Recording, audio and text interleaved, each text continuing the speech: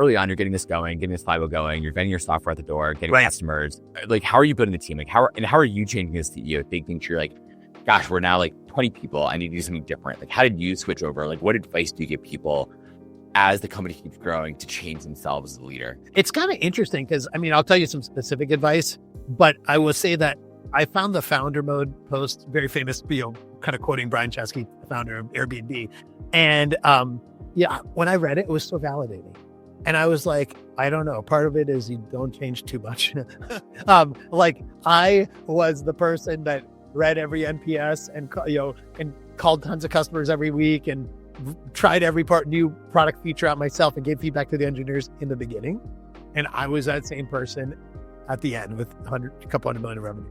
And like, I almost wish I had never taken my foot off the gas at all. I know that sounds like very like counter to the stereotypical advice of scaling and all that.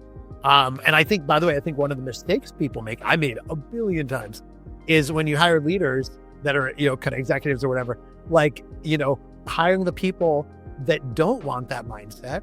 And then you feel like you need to back off because they need their space, but then they're not all in it and they're not in the details. Then nobody's in the details. And then you fire them later, by the way, because you eventually figure it out. And I have happened so many times. And eventually I was like, no, I only really want people that are super in the details that work for me. So then that leads to a lot of questions about hiring. But before we even get there, like, how are you able to stay in the weeds though, as you keep growing as a company without also being kind of a micromanager, right? The way you're describing, like, oh, it sounds like Nick's a micromanager, but you're probably not, but it sounds like you are. Yeah. It's an interesting, I think I'm this is, somebody needs to make the term.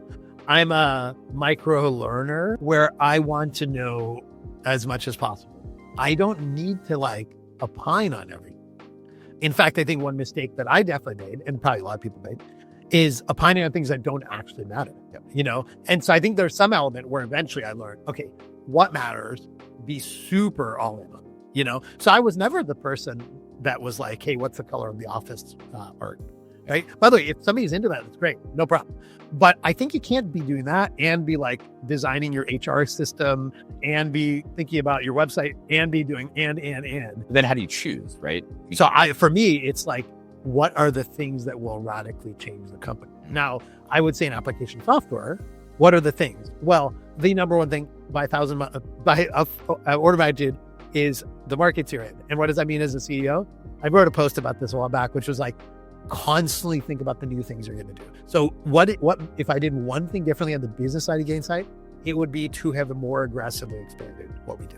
From a product perspective or market perspective, maybe. Well, it's kind of both, but like things that there was enough adjacency that it wasn't going to just consume a ton of capital, right? Like not launching a food delivery service, right? But like something that would keep growing our TAM, because the thing that kills companies, a lot of them, is simply you start eating into the end of your TAM and your growth slows, and then everything kind of starts just becoming more mediocre. And so I kind of think for me, it's what are the things that really help the company? And then also what can I actually be good at on those, And so for me, those were things like, what is the market and the strategies that we can go? And again, I wish I'd gone even faster.